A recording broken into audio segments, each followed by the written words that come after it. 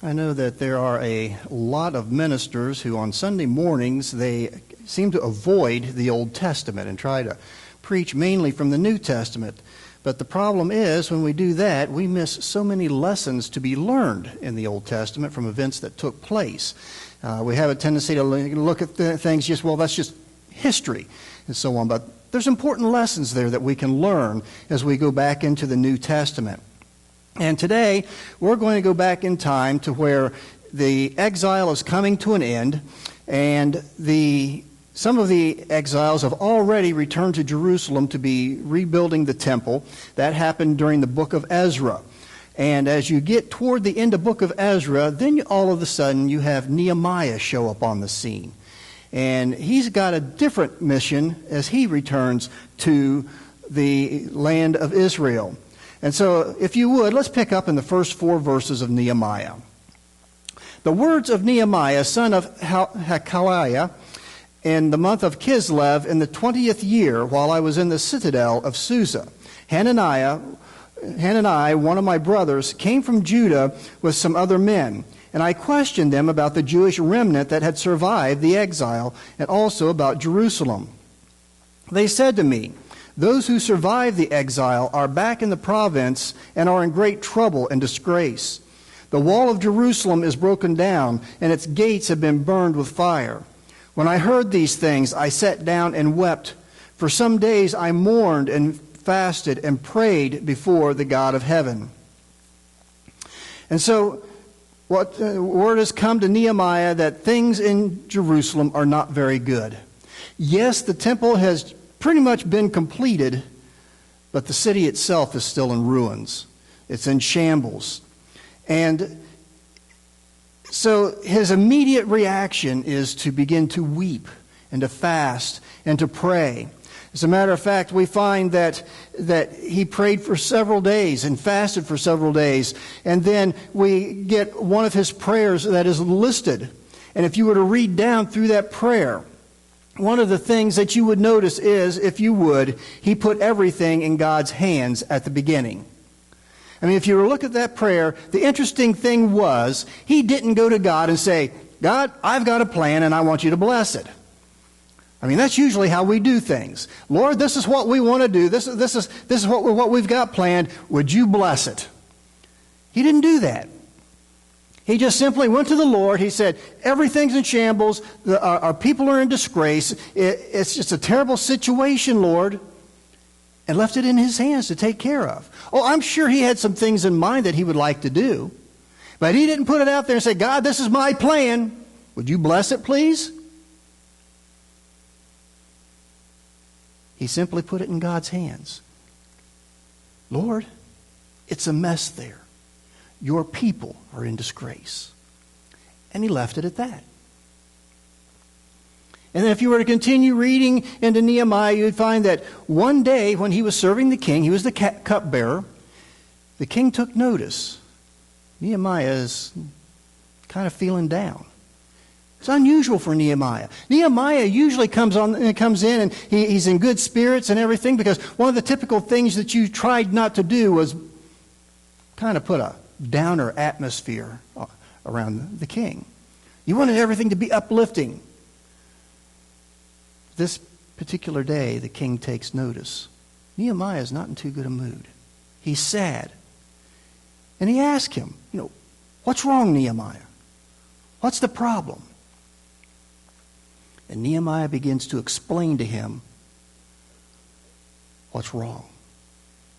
How his people are in disgrace. How Jerusalem is in shambles. And if you were to notice down through there, not once does Nehemiah even lay out to the king a plan.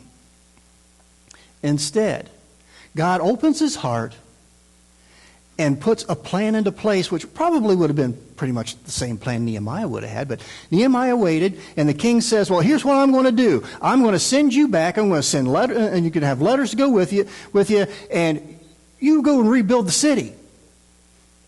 And I'll send letters so that the governors in the region, the different regions there, that they've got to supply you with the necessary funds. And then Nehemiah says, well, could I also get lumber from the official king's official park? And he said, yeah, I'll give you letters for that too. And so everything's going great. Everything is put into place for Jerusalem to be rebuilt by order of the king.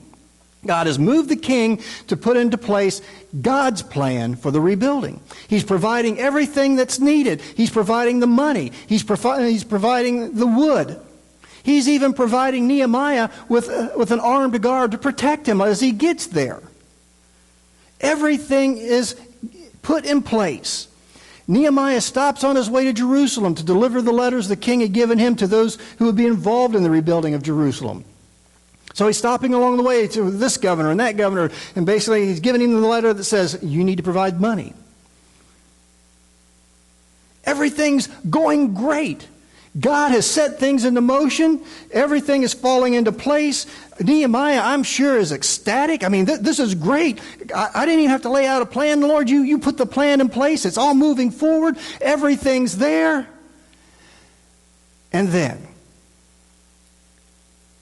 in verse 10 of chapter 2, when Sanballat, the Horonite, and Tobiah, the Ammonite official, heard about this, they were very much disturbed that someone had come to promote the welfare of the Israelites.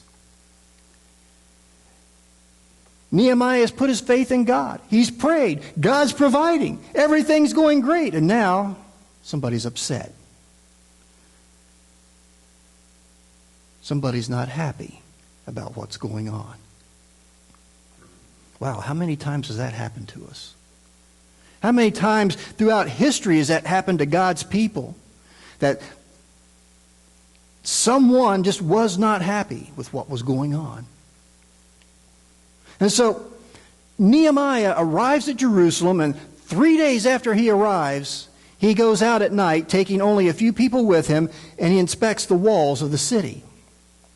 Now keep in mind, Sanballat and Tobiah, they're not happy, so you know exactly what unhappy people do in situations like that.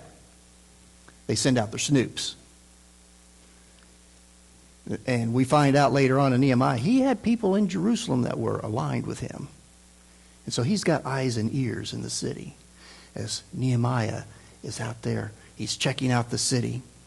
Now he doesn't let any of the officials know, or anyone who would be doing the work on the city know what he's doing. They have no idea he's out at night looking for things over. They have no real idea, as far as the city officials, they've got no idea why he's even there. The governors do. Sanballat and Tobiah, they've got some idea. Someone's come and snitched.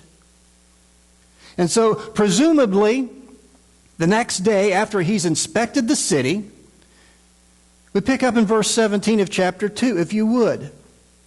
Then I said to them, you see the trouble we are in? Jerusalem lies in ruins, and its gates have been burned with fire. Come, let us rebuild the wall of Jerusalem, and we will no longer be in disgrace. I also told them about the gracious hand of my God on me and what the king had said to me. They replied, let us start rebuilding. So they began this good work. So now they find out about the king's plan, what the king is doing, and they immediately begin to prepare to rebuild Jerusalem. There is no hesitation. There are no what-ifs. Nehemiah has said, let's do this. The king is all behind it. Let's get this done.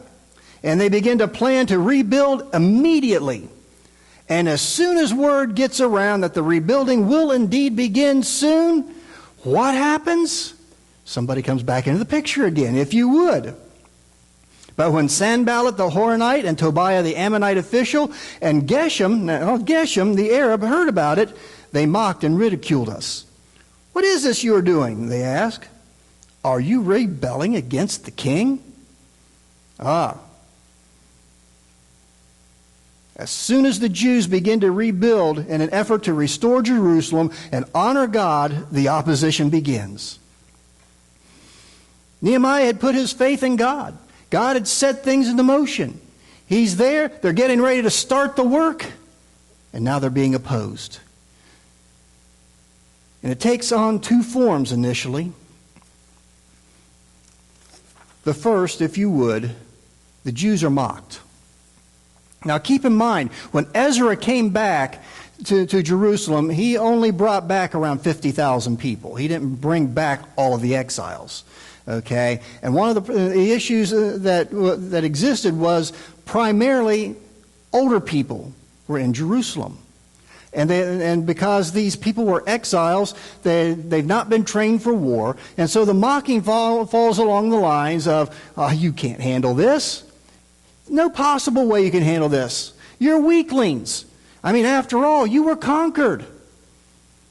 And now you've got a bunch of old people around you got to take care of. They're in the way too.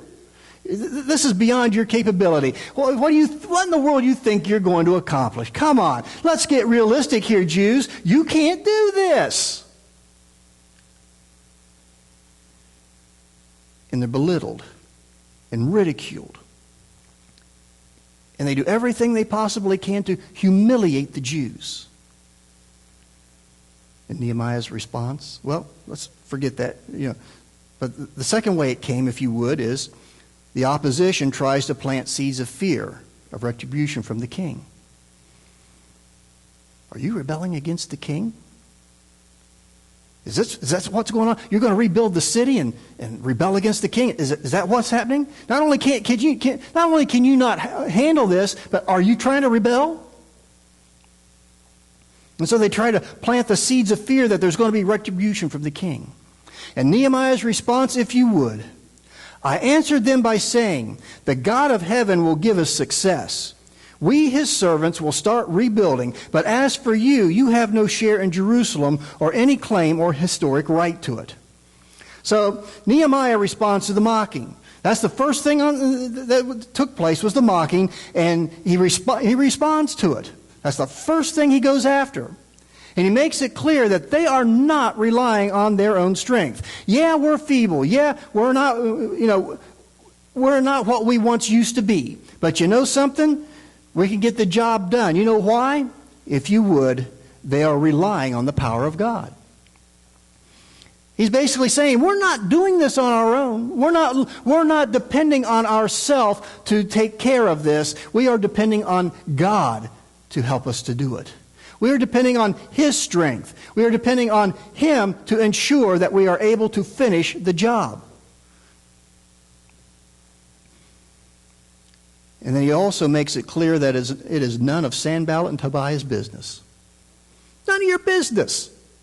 In other words, he's telling them they are sticking their nose in where it doesn't belong. See, you've got no historic right here. You've got no claim to this. You've got no business even being concerned about what's going on here. Mind your own business and let us do what we are supposed to be doing.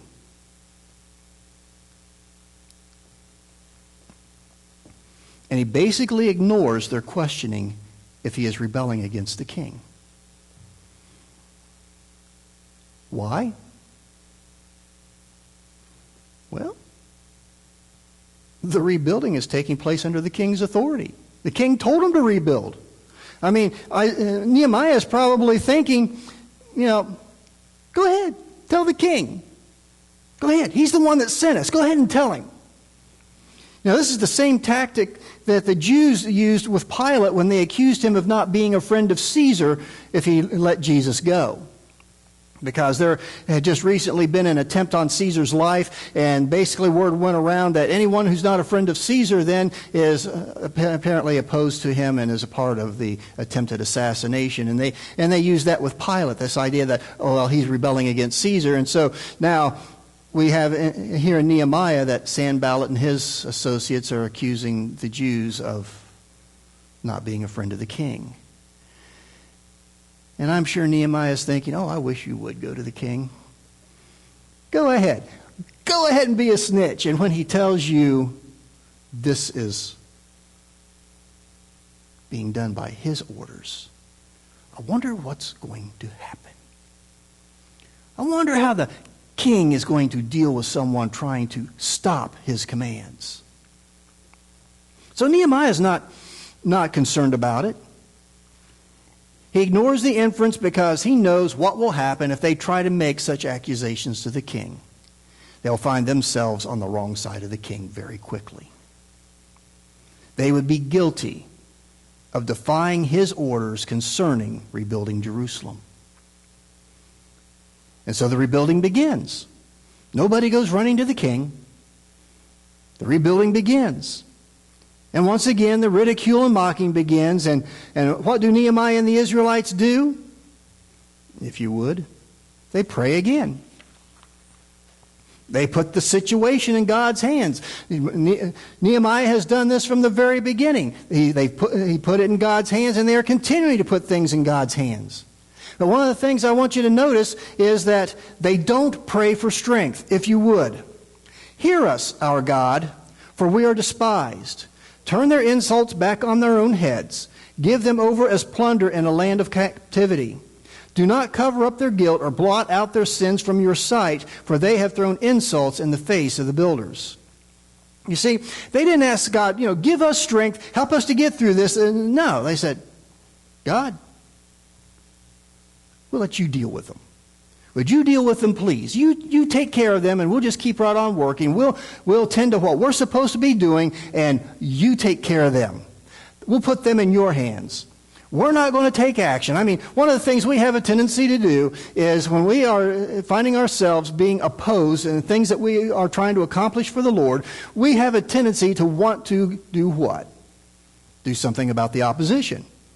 We have a tendency to want to take it in our hands and shut down the opposition, get the opposition out of the way so that we can work without any interference. And we take it upon ourselves to try and accomplish that.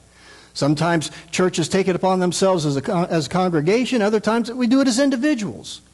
But we try to handle it ourselves. But what do? God, you take care of them, and we'll stay focused on what we're doing. Put them in your hands. And they ask for two things to happen. First, if you would, that their ridicule would backfire. In other words, that their mocking and ridicule will be turned back against them at some point. And basically that somehow they would lose the favor of their own people, and that they would find themselves weak and feeble. That they would find themselves in the position of feeling like they don't have the strength to withstand the things that they were accusing the Jews of. And second, if you would, that they would be conquered and taken away as plunder. In other words, the same thing would happen to them that happened to the Israelites about 70, 80 years before. In other words, God, let them experience what we've experienced. Let them be hauled off. But Lord, we're going to let you take care of it. Because you've got work for us to do right here. And we're going to stay focused on it. And then they ask God to not forget how these people have treated his people. If you would, they ask God to make sure those opposing the rebuilding of Jerusalem do not go unpunished.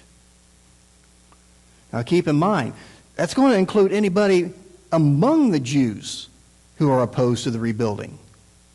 Because you need to understand that there are Jews aligned with these people who are trying to put an end to things, and there are going to be, I can guarantee you that there were probably Jews looking at it from the standpoint of, well, we don't really want to rebuild this because we don't want to provoke anybody to come and attack us again. We want to just kind of lay low. It's peaceful at the moment. Let's just let things be. Things are fine the way they are. We're okay with things like this. I mean, we don't have anybody here threatening to conquer us. So let's just let things remain calm. Let's not rock the boat. Even they would be the ones who are in opposition.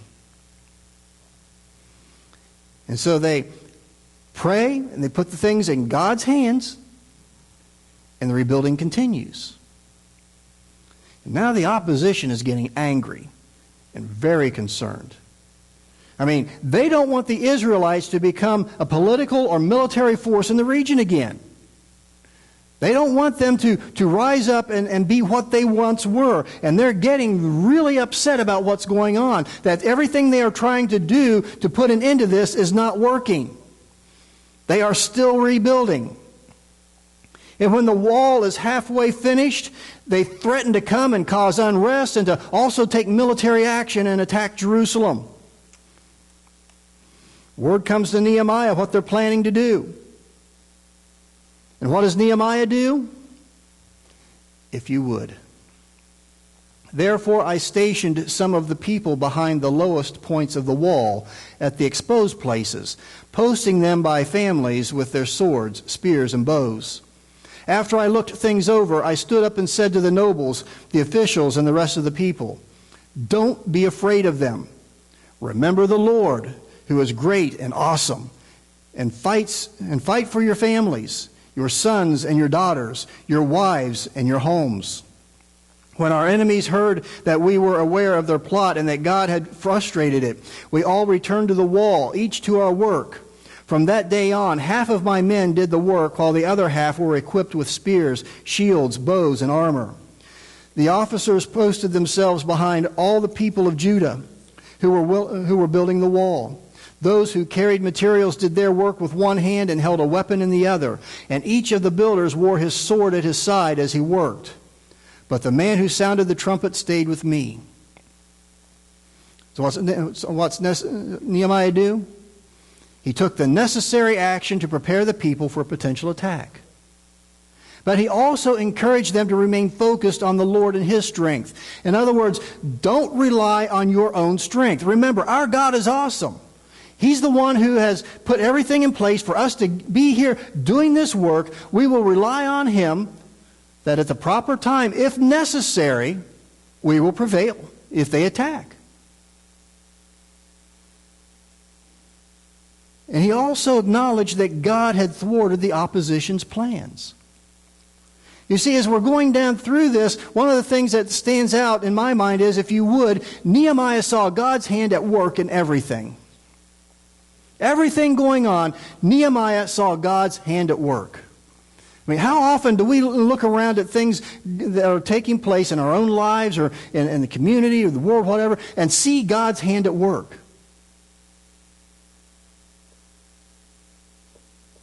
Oh, this is happening. Oh, that's happening. Oh, how could it possibly be? Look carefully.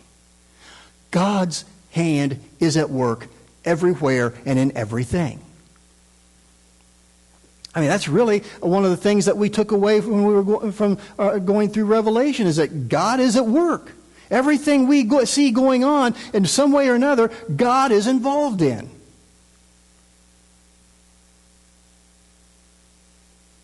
And so they make preparation just in case they are attacked, so that they will be ready to defend themselves. Now notice, Nehemiah didn't say, well, let's grab our swords and stuff and let's go out and put an end to this right now before they can attack. No. He said, let's just get prepared in case it happens.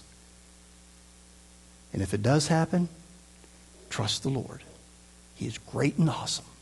He's the one in charge. He's the one directing things. Trust Him. And the work continues.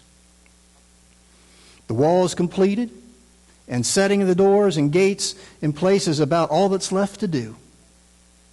Those opposing the rebuilding of Jerusalem send a message asking Nehemiah to meet with him and talk on the plain of Ono.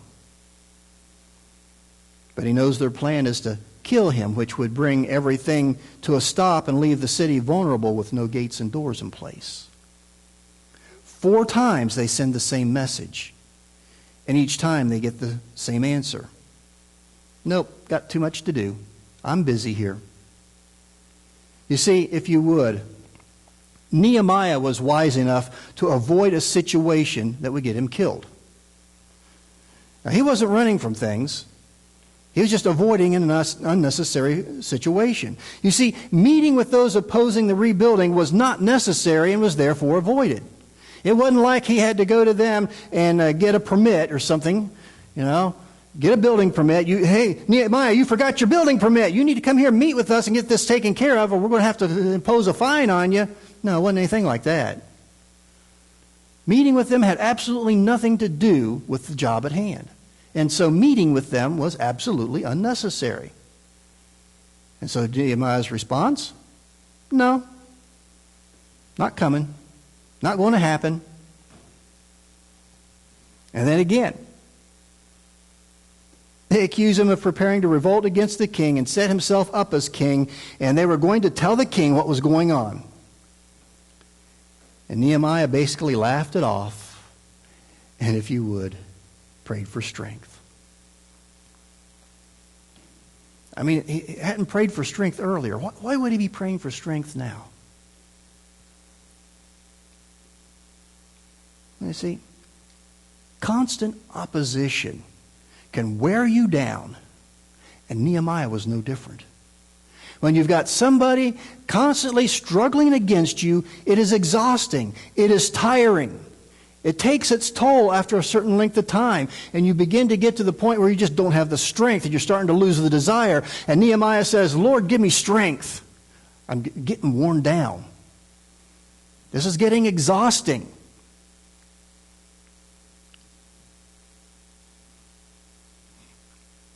It might be an oversimplified illustration, but it's kind of like swatting at that proverbial mosquito that keeps driving you nuts. You keep swatting, you keep swatting, you keep swatting, it keeps coming back. And Nehemiah's wearing down. He's tired. He's exhausted. He's got the people working constantly.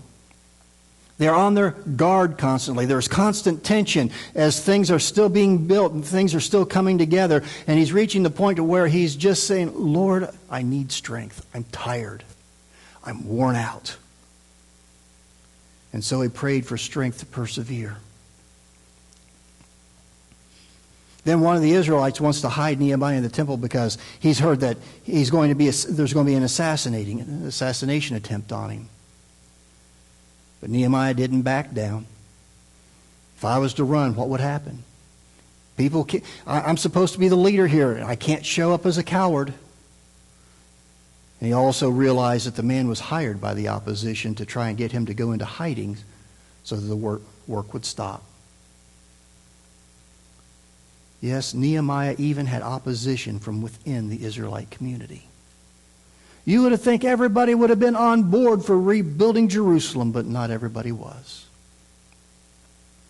Many times, God's people today find that to be the case. Trying to get an entire congregation on board with something that they want to try to accomplish for the Lord. And so there were those who were aligned with Tobiah because of a previous oath in marriage, and others, I'm sure, that just, like we said, just didn't want to rock the boat. But when the wall is completed, most of the opposition loses heart. In other words, they have become exactly what they had accused the Jews of becoming. They're now feeble, afraid, cowards. They've lost heart. Exactly what the Jews had prayed would happen. All except for Tobiah. He's still in the middle of things, and those who are aligned with him start trying to get Nehemiah to look on him favorably, trying to somehow get him snuck into the inner circle. Because Tobiah still wants to stir things up. But at the same time, how in the world could they possibly get Nehemiah to look positively at Tobiah when Tobiah keeps threatening Nehemiah? It kind of puts yourself in Nehemiah's position. You got people coming to you and say, well, Tobiah is really actually a good guy. I mean, he's done this and he's done that. And here you are like, yeah, and he keeps threatening me.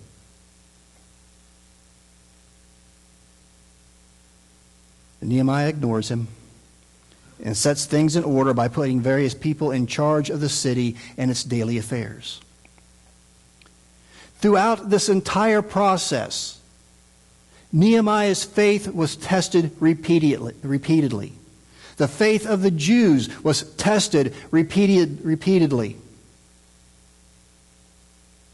And rest assured, When God's people move forward for the cause of Christ, there is opposition, just as in the days of Nehemiah. Let me put it this way. When God's faithful servants are serving God wholeheartedly, if you would, they will face opposition. The world isn't going to let it go unnoticed. Satan is not going to let it go unchallenged. When God's people are trying to do something positive for the kingdom of God, they will face opposition.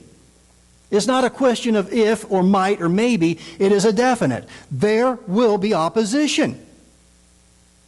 And I don't mean what we have a tendency to look at and say, oh, well, life is just so hard and the general struggles of life. That's not what I'm talking about. I mean, there will be focused opposition trying to stop specifically what is taking place. God's people will face ridicule. They'll face efforts to undermine their service and their efforts. They'll face attempts to get them distracted and focused on other things and worrying about things. They'll be threatened in an attempt to instill fear. And in some cases, those threats will be carried out. We see that take place when our brothers and sisters are martyred. And they'll be attacked physically. And so how do we handle the opposition? When we are trying to move forward for the kingdom of God, when we are trying to be pleasing to God, when we are trying to honor God, when we are trying to do what God wants us to do, how do we deal with the opposition? The same way Nehemiah handled it. If you would, pray first and foremost before any undertaking. Now, don't put a plan together and then ask God to bless it. Pray first. Lord, we see there's something that needs to be taken care of. Put it in His hands and let Him open the doors and put the plan into place, just like Nehemiah did. Make that the very first thing. You see a need, pray about it. Don't start doing something and then pray about it. Pray about it and allow God to give direction. That's what Nehemiah did. He recognized the situation. He laid the situation before the Lord and let the Lord open the doors and give the direction as to what Nehemiah was to do. So first and foremost, pray before doing anything. Of course, our habit is to wait until it's all falling apart and then we decide to pray about it. That's what we have a tendency to do. Pray first. Then, if you would, trust in God's strength, not our own. Recognize that if this is going to be successful, we've got to lean on the Lord's strength, not our own strength. Because without Him, we're nothing. We are powerless without Him.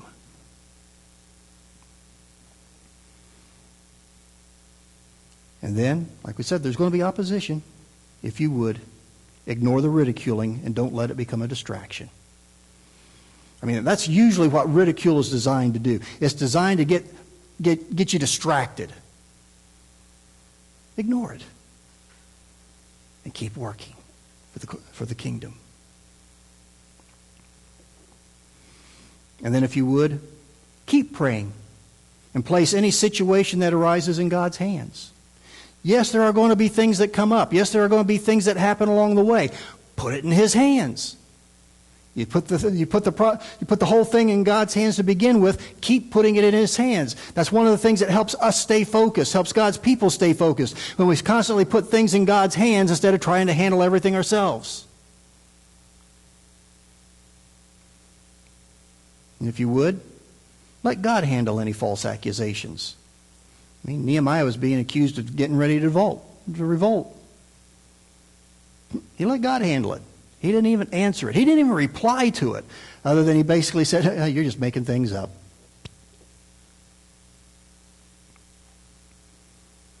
Then if you would, avoid any unnecessary situations that do not benefit the kingdom. If it's not going to help, if it's not going to make a difference, if it's not going to help the project or whatever it is to move forward, ignore it. Don't get involved in it. Because once again, it's intended to be a distraction to get you pulled away from what you're trying to accomplish. But if you would, take threats seriously and take measures for personal safety, because some threats do become reality.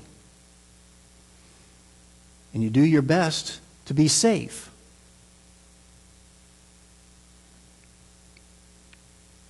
And if you would, pray for God to give you strength so that you don't become weary in the face of opposition. Because the opposition will do its best to wear you down, to get you to just give up. Are you facing opposition? Nehemiah has shown us how to handle it. Of course, if your answer is no and you're not facing opposition, it begs another question to ponder. If you would, why not?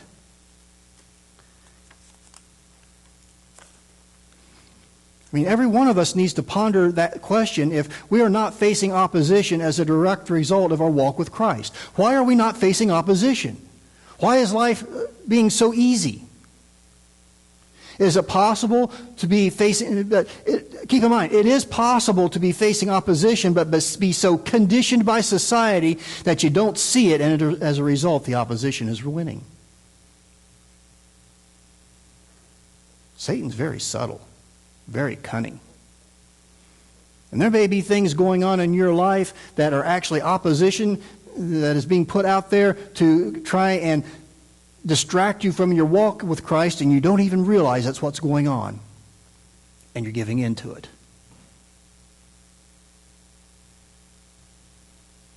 But rest assured, when God's people are intent on serving God and take action, if you would, there will be opposition and our faith will be tested. So, if you're not facing opposition, and upon pondering the question, you find that, well, there's not really anything subtly going on that's pulling me away, then you're back to the question, why not? Why is there no opposition? Because Jesus has guaranteed us that when we serve Him, we are going to be opposed. That's a guarantee. Jesus' own words were, in this world you will have trouble. Not might, not maybe, could possibly happen. He said, you will have trouble. He also said, remember, when the world hates you, remember it hated me first. Are you being loved by the world? Or hated by the world? Are you facing opposition or are you not facing opposition? Is it subtle opposition that you need to deal with?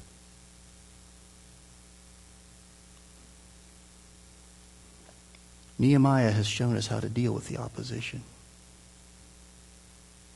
It's up to us to recognize it for what it is and trust God with everything. Pray at the beginning, pray in the middle, pray at the end. Pray through all of it. Put it all in God's hands. And follow the example that Nehemiah has given us as to how to deal when our faith is being opposed and tested and challenged, even in subtle ways. Trust Him with everything. And the tougher it gets, trust Him all the more. And when it starts to get easy, trust Him even more.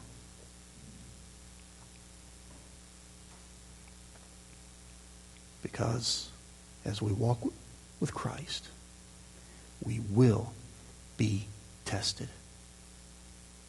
Our faith will be opposed.